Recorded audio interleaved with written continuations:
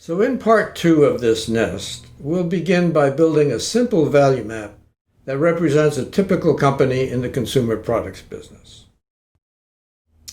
Here is the company, the stage that represents it, where value is being created. It delivers this value through value flows, through distribution, to reach its customers. And it delivers quality branded products. It informs its customers through media to learn about their products and to build the brands. And of course, it receives funds, money from customers through distribution back to the consumer products company for its efforts. Now, to do this, it employs employees, it obtains work from them, and it employs suppliers for its raw materials to enable them to make their products. And of course, it pays them for it. It also affects some externalities, in particular the environment and the populace. And here, it delivers, unfortunately, negative values on the whole. They take the form of hidden costs. There are things like carbon dioxide and destruction of forests in some cases.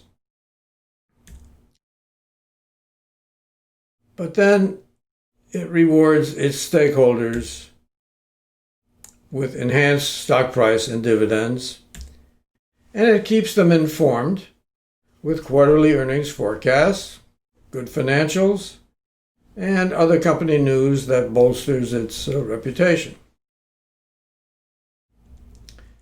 And so such a company's management objective is to maximize shareholder value. So now we'll move on to develop a value map that depicts how Unilever has been pursuing its approach to purpose management. Here's the stage that represents Unilever. It also has shareholders, of course, but it regards its employees and its suppliers and partners, as well as its distribution channels, as stakeholders, not just as stages that create value for them. For its employees, it tries to provide meaningful jobs and significant amount of training. And as a result, it gets some additional values in the form of better judgments, agility, and lower turnover over time. It also regards communities and society as an additional stakeholder, and there it tries to provide more jobs and less inequality of income and gender.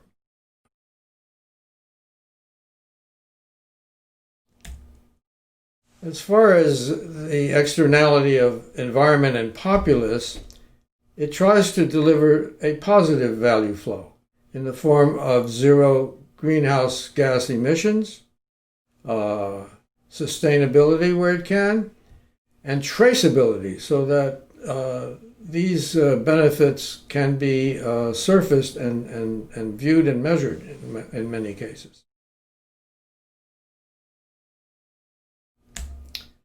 It also asks of its suppliers and partners for a similar positive value flow to their environment and their populace that they are affecting. It also participates in another form of externality in the form of global associations of companies. It is, after all, a global company. And there it tries to deliver multilateralism, enhanced economies where it is having an effect, and reduce poverty where it can.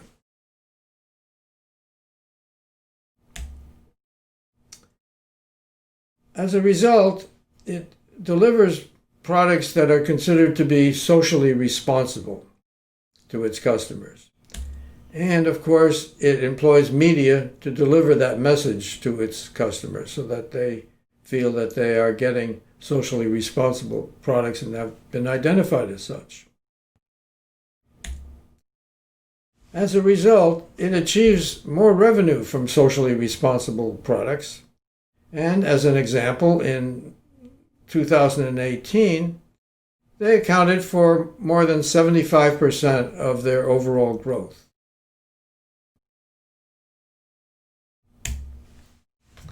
As for its shareholders, it chooses not to deliver quarterly earnings forecasts.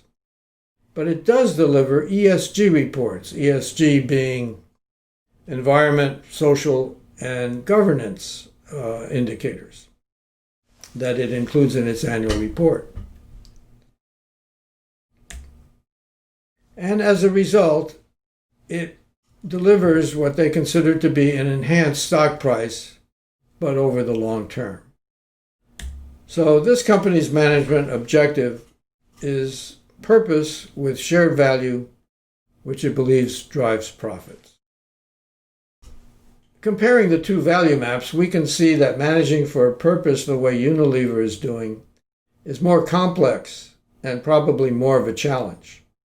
The question for you to answer, and perhaps act on, is whether you prefer the likely outcome of such an approach to running a company, and whether you think that if more companies are run in this way, that capitalism will continue to enrich our economies and support the world's democracies.